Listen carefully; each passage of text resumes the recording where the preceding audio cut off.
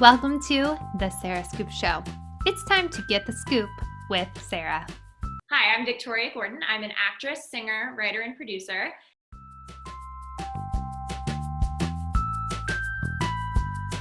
Pilot Season is a show that I am appearing in and also wrote and produced, and I directed a couple episodes as well.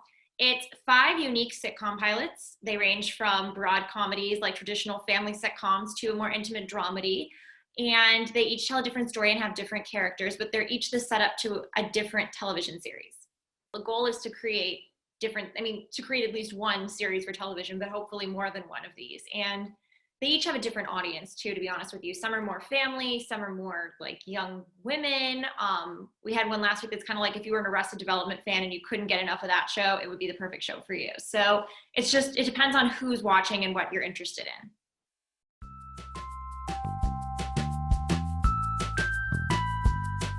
Different shows had different writing processes. It really just depends on which one it is. But at the same time, they all come back to a common theme of wanting to create interesting, compelling, humorous content that's witty, that has heart, that is somewhat sophisticated. I don't really make jokes that are, dirty or anything. I mean, they're not all like PG rated, don't get me wrong, but I try to stay away from like the obvious, just anatomy jokes and things like that. So really the focus is on creating that kind of content. And then from there, telling different stories about different kinds of people in different circumstances. So that's how the writing process is different in each show, is figuring out how to tell that story, how to open up that world, how to give those characters a voice. And that was a challenge for each one, but a fun challenge, don't worry.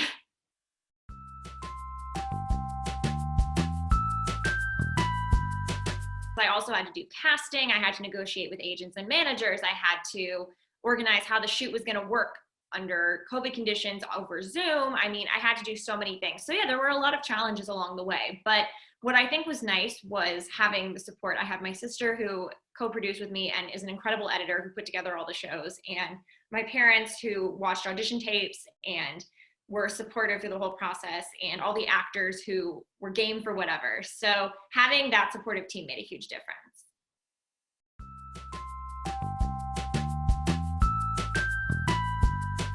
My family has been in the industry for a long time. My grandfather was a TV writer. He wrote for 40 straight or nearly 40 straight television seasons, which is pretty cool. And he won 3 Emmys. My dad worked in television all throughout the 70s, 80s, 90s.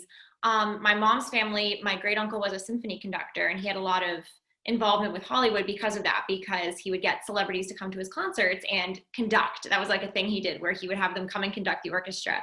So I've always grown up around famous people and people who work in the industry. And the really big key thing that I learned from that is that while the industry has its glamorous elements, and on the outside I see the glamour is more of what people think of when they think of Hollywood, there's a lot more to it than that. It's really, there are so many people who work so many jobs that you would never even think of, but they make movies happen. They make television happen. And having that reality check at a young age made me understand what I was getting myself into. My family has always been supportive, but they weren't always thrilled with my choices. When I was a teenager, they hated that I wanted to act because they knew what actors went through and they didn't want me to go through that. But at a certain point, when I was like 14, my dad took me to an acting class taught by one of his friends, and I had no training, but I got up and I did this goofy monologue. It was a comedic acting exercise. And it was so funny that my dad was like, if she loves it and she's good at it, I can't deny her the opportunity to do that. So I appreciate that they realized that, because I know, again, not everyone has that luxury.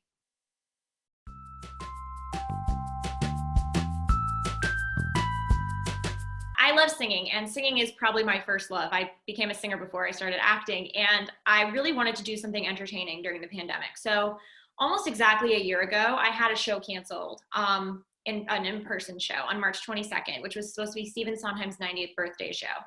So I said, I'm going to just put some of it online. Like, I couldn't do all of it. It was like a 90-minute show. So I wasn't going to be able to put the whole thing online. But I figured I could do a couple songs. So I did 5 songs. And that was such a hit that I asked people, hey, if I did this again in 2 weeks, would you come back? And they said, yeah. So I scheduled 5 more shows through April and May. And I thought, by the end of this, everyone will be out and nobody will even be watching my shows. Well, obviously, that's not what happened. So I continued my shows throughout the summer with the same template of 5 songs. I had themes for every show. So 5 songs, each song relating to a theme. And so I would learn new music for every show. After doing that for 5 months, I was like, you know what, we need to find a new way to do this. So I started doing these shows that were more produced, like it was like music videos strung together more or less with dialogue in between and things to keep the show going. And those were amazing and so much fun. And my sister edited them beautifully, but they were very complex. So I'm trying to find a balance now between wanting to do live shows, wanting to do Twitch shows, Twitch live shows, not wanting to have to force people to do a lot of work to make them happen. Not that I forced anyone, but still just wanting it to be a little more turnkey, and also wanting to incorporate some component of a live audience. I really missed having people react to what I did, because there is something to be said when you're doing a stage show for the reactions of the audience. It's very hard to figure out what's working and what's not in a bubble. So I'd really like to find a way to incorporate a live audience in some way. I'm working on figuring that out, but that is how I use Twitch.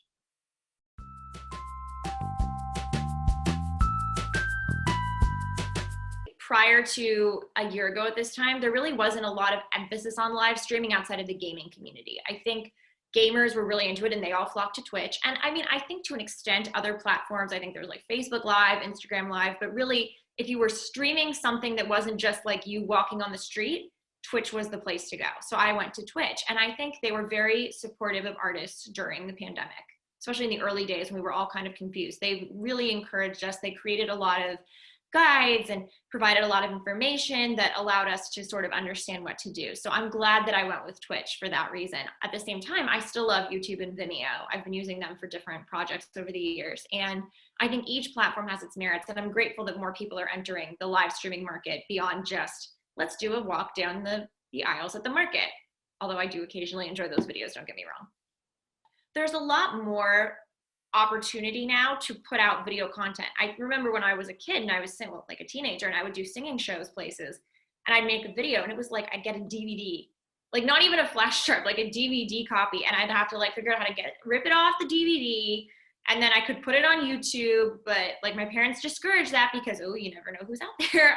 It's amazing to have come of age in this sort of like internet revolution, and for people to have been so confused by what we were doing, to now at this point where everyone's like, get your email address like at birth, get your URL as soon as possible, check your kid's name on Google before you name them. Like, it's just a different world. And I'm grateful to see it continue to evolve and not just stop at, now you can watch videos online. Now you can do so much more.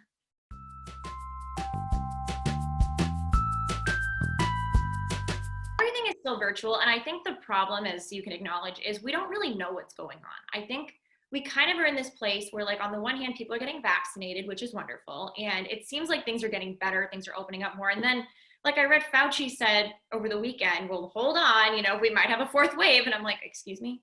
Like more lockdowns, a fourth wave.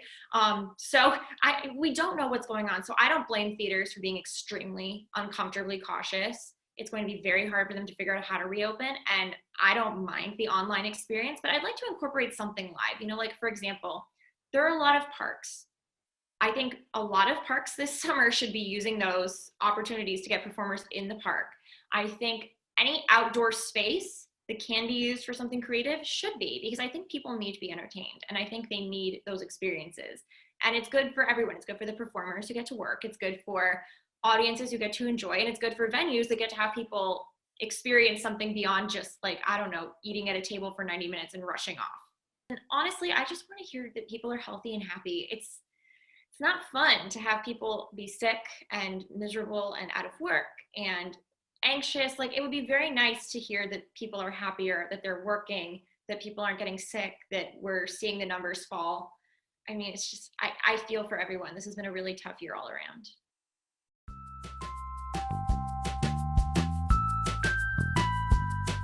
My social media, I'm on Instagram. I am the Victoria Gordon, and my website is thevictoriagordon.com. So you can go to either of those, reach out. I always respond.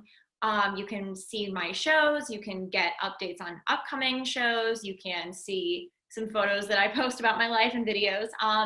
So yeah, that's the best way to reach out to me, either through my website or through my Instagram. Pilot season is coming to a close, but it will always be there. And this spring and summer, I'll be doing more online shows. So keep an eye out for me. Thank you for watching The Sarah Scoop Show. Head to sarahscoop.com for more.